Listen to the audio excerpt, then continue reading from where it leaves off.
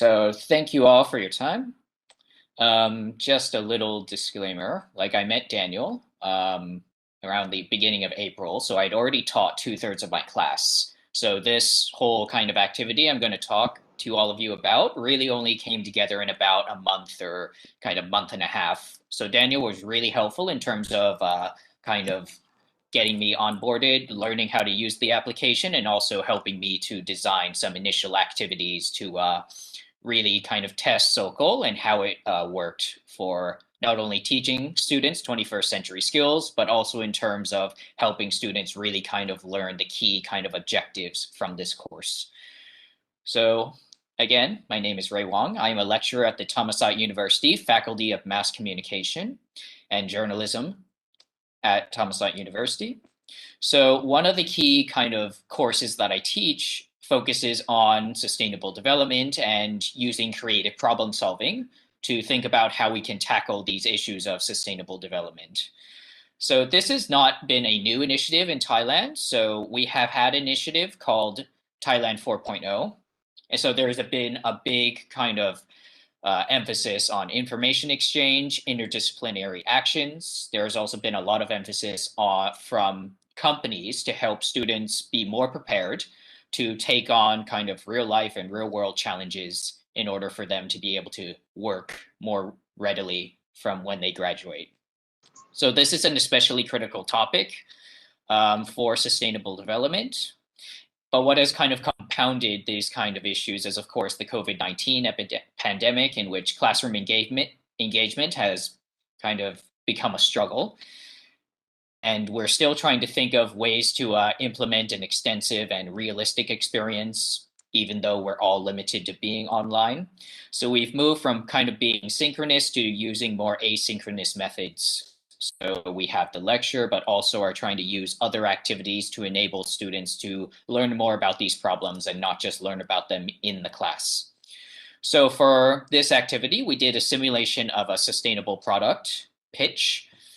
So this was kind of a combination simulation and role play in which the students in a creativity and communication course taught online were given the assignment of creating a product and giving themselves different roles. So there were some people who were the marketers and the presenters. There were some who did the background research behind this pitch. And then there were others who had to take all the kind of insights and edit a video to pitch the product on Sokol.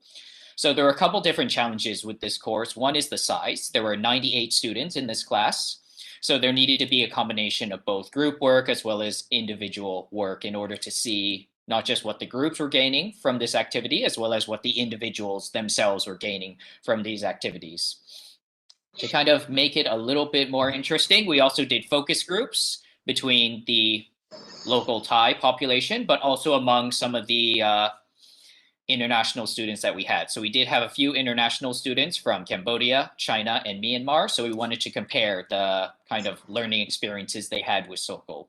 So after the students pitched the product, they were asked to leave comments to help improve the kind of pitch videos that were posted by the students. Due to the limited time, we were not able to do this multiple times as was intended. So we tried to gain as much insight from this initial pilot test as well.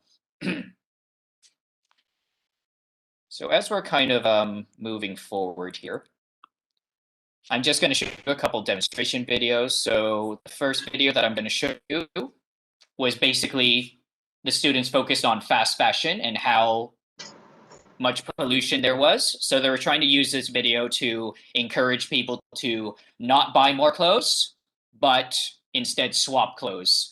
So this is just one example of a pitch video that was posted. So they did one initial video and posted it for feedback, which I'll share. So both students and instructors shared feedback on the videos. So this was not just a student talking. The students were also able to look at each other's videos and then think about how they were going to apply it to their own videos. So that's one example.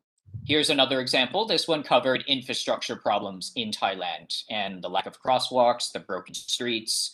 So this group tried to focus on this issue, describing the problem, but also presenting a solution was the key objective here.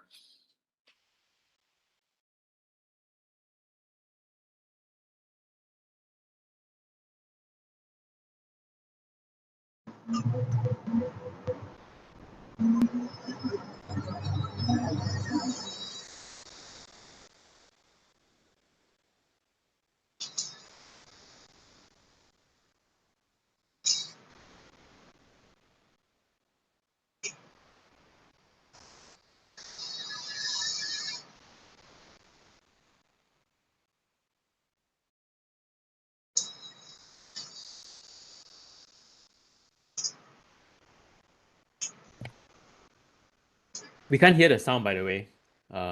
Ray, we can see the Oh, videos. sorry. But it's good. It's good. Oh, sorry. I was just showing the visuals, but yeah. So that was just they were just talking through a kind of issue of infrastructure before they introduced their app. So the students were not just kind of doing a set pitch in which they put themselves in front of a camera and just introduce their app. A lot of the students tried to introduce creative elements, and this was due to the help of our TA, who presented the activity. So we didn't just provide written instructions. Our TA provided an example video that was really helpful in terms of helping students think more kind of farther in terms of how they wanted to do these kind of videos. So we got quite a few good videos there, quite a few interesting ideas. So as you can see, many different problems were presented, many different kind of video techniques were utilized and experimented on. And all this was kind of commented by the students. So these are just an example of the comments. So a lot of the comments were supposed to be focused on pitching and providing more feedback to help the students, because the students did have a final presentation pitch in which they were to take all the elements from their video and then implement into the presentation, which actually only about 2 weeks after that.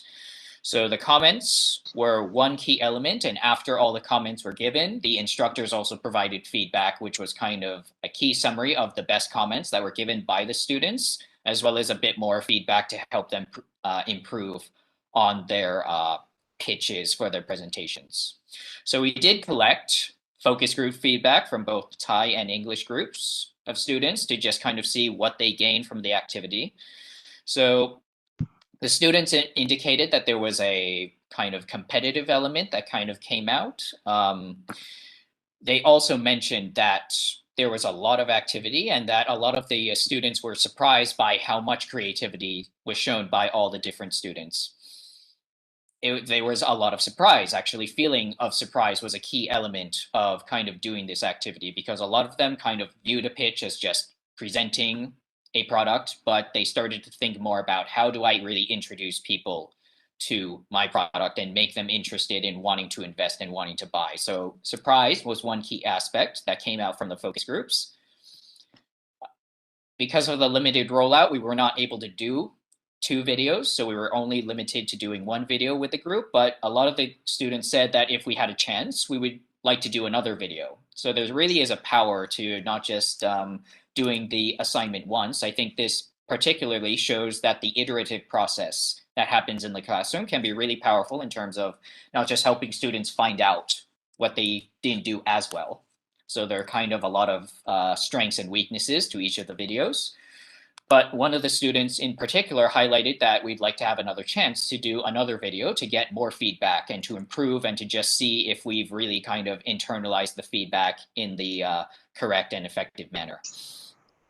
And one more kind of talked about how all the members were really interested and invested in the process. So they noticed that there was a lot of interest and effort into making the videos. And they also mentioned that the engagement was much higher. So actually, this was just one project of 3. So they did 2 other projects before this. And the students also talked about higher engagement thanks to doing this kind of activity, which was not just present the project, get feedback from the instructor, done. It was present a initial prototype version of the presentation, get feedback from both the instructor as well as your peers, and then go back and improve kind of the video. So these were all some really interesting kind of insights. And I will just mention that this is just the first of, I would anticipate, many different projects I'll be doing with Sokol, because Sokol is very much something that can't be done just with one research. I think that there are just a lot of kind of unanswered questions, but a lot of unanswered interesting questions that Daniel and I will be looking forward to explore more, not just next semester, but in the future semesters. So SOCAL is a really great tool for doing research, not just one project, but we already have, I think, Daniel can correct me if I'm wrong, we have 3 or 4 other research projects that we think we can build off of this initial qualitative study. So thank you very much for your time. Here's my contact information, and I look forward to hearing more questions from any of you. Thank you very much.